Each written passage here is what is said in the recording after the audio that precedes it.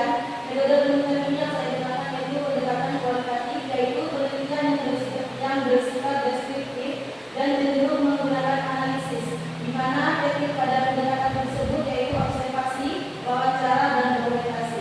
Subjek penelitiannya terdiri dari sampel taklid, penyimak taklid atau pembina taklid, dan para ustadzah pada pembentukan saluran tersebut.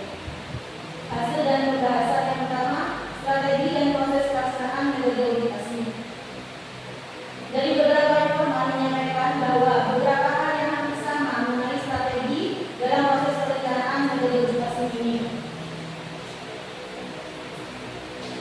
Dari hasil wawancara tersebut yaitu hampir sama dari hasil wawancara maupun observasi dari kami pribadi, yaitu bahwasanya metode auditasi ini memang benar-benar sangat terlihat jelas keunggulan dan kelebihannya bagi tersebut yang mungkin di Pondok Gede Salawat Timur khususnya karena sesuai dengan hasil observasi, strategi metode auditasi ini berjalan secara efektif sehingga menunjukkan beberapa keunggulan dan kelebihan yang sangat jelas dari santri taklid maupun dari guru penyimaknya. Keunggulan metode auditasi dari beberapa teori yaitu mengukur kualitas hafalan yang dimiliki. Jadi bisa lihat terkait kesalahan santri dalam hafalannya, dalam bacaan maupun dalam ketika setoran hafalan, memelihara hafalan agar terus terjaga. Meningkatkan rasa percaya diri, banyak menguasai bacaan Al-Quran dengan baik dan benar. Hasil dan pembahasan yang kedua yaitu implementasi metode auditasi. Dalam wawancara juga terungkap terkait langkah-langkah dalam melaksanakan metode auditasi ini. Yang pertama, penyimakan individu atau kelompok. Untuk penyimakan individu ini biasanya dilakukan secara perorangan, santri seorang kepada penyimaknya. Dan untuk penyimakan antar kelompok itu biasanya dibagi dua. Santri yang sudah mencapai bis 1 sampai bis 15 dikelompokkan di kelompok A. Untuk santri yang penyimakan di bis 16 selanjutnya sampai bis 30 dikelompokkan di kelompok B. Untuk murajaah sama santri ini dilakukan setiap santri mau melaksanakan setoran hafalan kepada pembina taklid, maka santri tersebut melakukan murajaah terlebih dahulu. Penyimakan kepada ustadzah yaitu dilakukan ketika santri sudah siap untuk menyetorkan hafalannya. Pelaksanaan auditasi ini di Pondok Gede Salawat Timur khususnya dilaksanakan setiap bulan, terkadang juga dilakukan setiap bulan Maulid atau di bulan puasa. Karena di Pondok Gede Salawat Timur ini auditasi dijadikan sebagai persyaratan kenal santri. Dan strategi metode auditasi ini menjadi pendukung, yaitu meliputi pengulangan mandiri berjamaah, memberi target harian. Untuk memberikan target harian dan mingguan ini tergantung dari pembina taklid sendiri. Yang ketiga, evaluasi berkala dan motivasi. Untuk evaluasi berkala dan motivasi ini dilaksanakan ketika selesai pelaksanaan auditasi setiap bulannya. Yang keempat, penguatan mental. Metode auditasi memiliki beberapa tujuan yang meliputi menguji kualitas hafalan santri, terutama kelancaran dan ketepatan bacaan santri. Yang kedua, melatih keberanian santri dan mental santri dalam mendengarkan hafalannya secara terbuka. Yang ketiga, sebagai bentuk evaluasi capaian program taklid secara pribadi.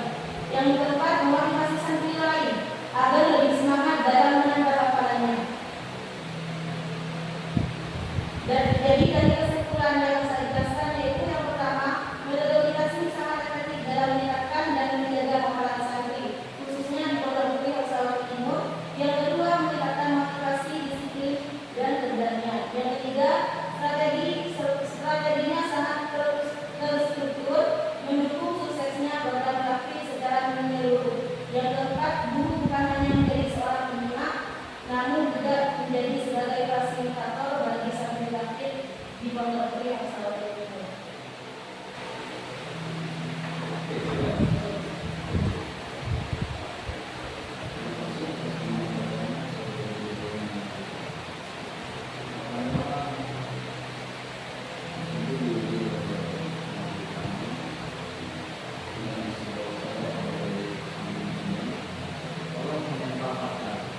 Alasan atau konteks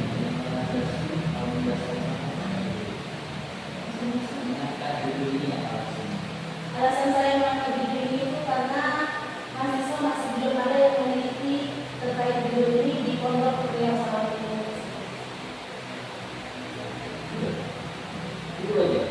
Yang kedua, karena kami pribadi, mohon maaf, kami pribadi sempat berada di program aktif sebelum kuliah, itu sangat sulit ketika tidak menggunakan verifikasi pusat, karena kebanyakan saat itu mengeluh ketika melakukan persyaratan untuk surat. Jadi mereka mengulang dari juz awal sampai juz yang mau dibuat persyaratan awal tersebut. Jadi ketika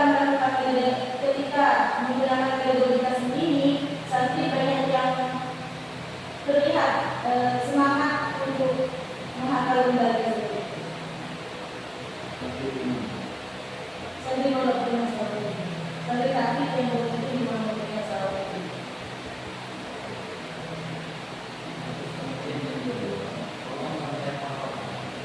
Apa alasannya tidak sesuai atau tidak melaksanakan atau apa yang saya inginkan untuk tulisan itu? Kenapa perbedaan dari sini? Apa? Sesuai dari kemunduran. Kenapa? Tak boleh mengikuti itu. Saat bimbingan kan saya sudah bilang, ingat harus mengikuti minimal 5%. Kamu tidak mengikuti satu pun, jadi apa alasan itu? Apa tadi? Karena dari kami, dari revisi seperti itu, yang pertama, yang kedua revisi di kemunduran tidak mengharuskan memakai dari misalnya yang haruskan. Nah, itu kan saya bilang, kamu siap mempertanggungjawabkan ini di depan uji, ya seperti itu. Kamu harus dapatkan alasan secara secara rasional atau secara ilmiah. Kamu harus mempertanggungjawabkan di depan dewan uji. Karena tidak mungkin saya itu. Saya ingin selalu saat kuliah juga saya menyampaikan, saat bimbingan proposal juga saya menyampaikan, gitu kan? Ini tidak ada. Oh, ya. Ini alasannya mereka berkata, oke, pertahankan nanti di depan kemudian seperti itu. Oke, alasan dasarnya apa?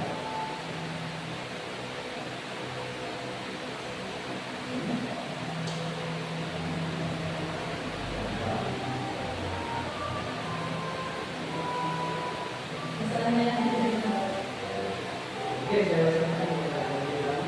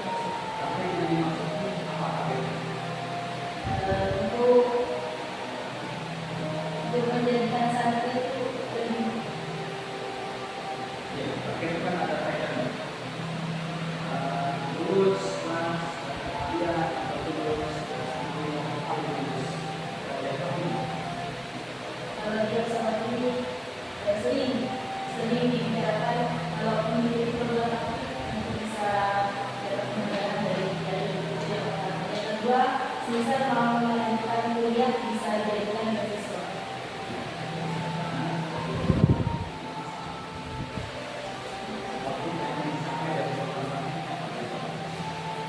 Untuk berdedikasi yang masyarakat Tuhan dan melakukan dari kehidupan saya.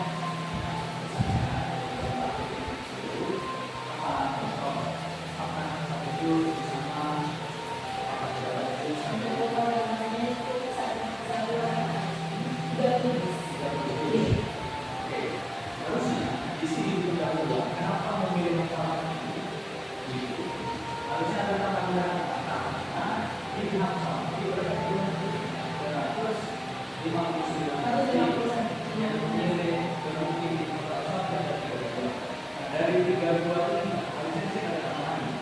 Berapa yang sudah hafal? Ini kan berbicara seperti ini.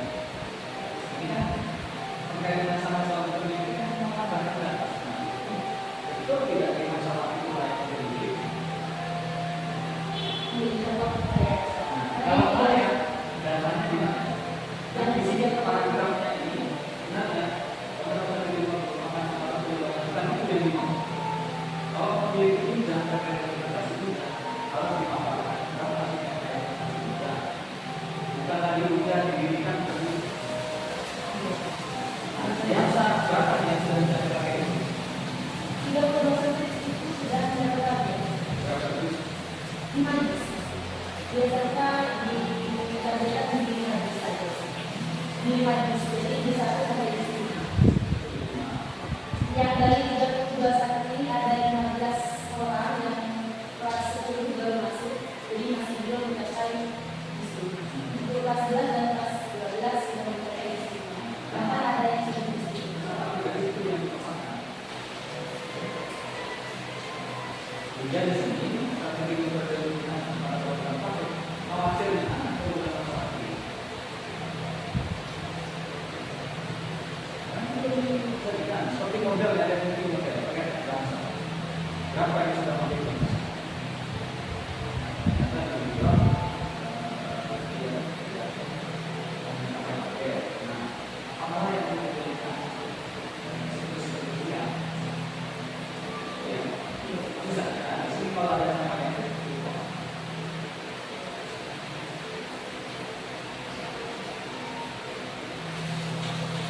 Di akhir, ada apa ini?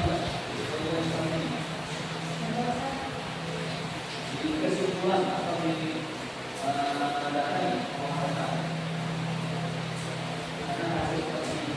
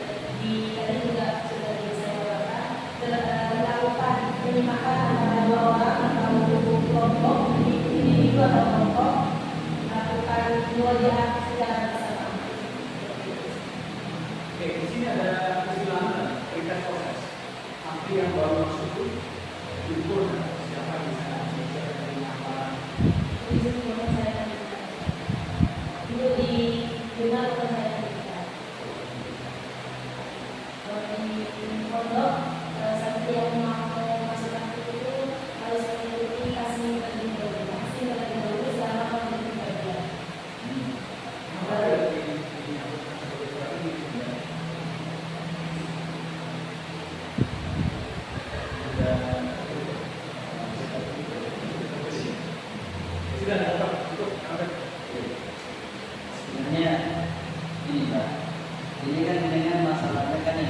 strategi. Di kesimpulannya, di sini dengan demikian penetapan strategi produktivitas itu tidak efektif. Alat ukurnya, ketika dengan menyebutkan bahwa metode ini strategi ini efektif, itu dari mana? Dari hasil Observasi, wawancara kepada saksi ahli, sebagian dari kami dan juga wawancara kepada peminat.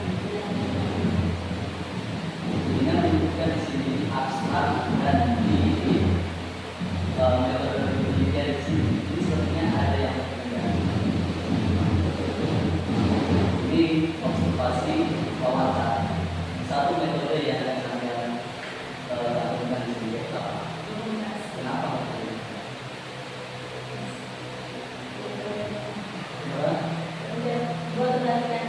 Iya, ya. Sebenarnya ya, karena abstrak itu merupakan gambaran dari penelitian. Ya, sebenarnya. Terus saya ingin jangan. Dan apa sih yang membedakan? Karena metode tasbih itu kan sudah dilakukan di mana-mana kan. Di pondok pesantren Quran saya kira yang dilakukan itu juga metode tasbih. Bukan ya? Iya. Kenapa kamu buka Sawati? Jangan jawab lagi karena di Sawati nggak ada yang belum pernah yang meneliti kan? Harus ada distinksi yang membedakan antara Sawati misalkan dengan mana yang dipegang yang khusus Al-Quran. Al-Masbuli. Apa yang kenapa kita tidak meneliti Al-Masbuli? Karena sampai tinggal di Sawati ini. Dan pihak sama baru pertama kali menggunakan kredibilitas ini dan langsung melihat kelebihan dan kemudian. Dan sampai mungkin di Sawati itu. Iya. Jadi penelitian ini kira-kira sifatnya subjektif atau objektif?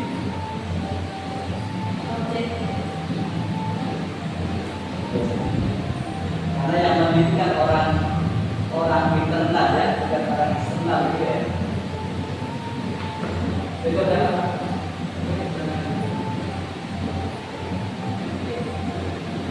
Sosialisasi antara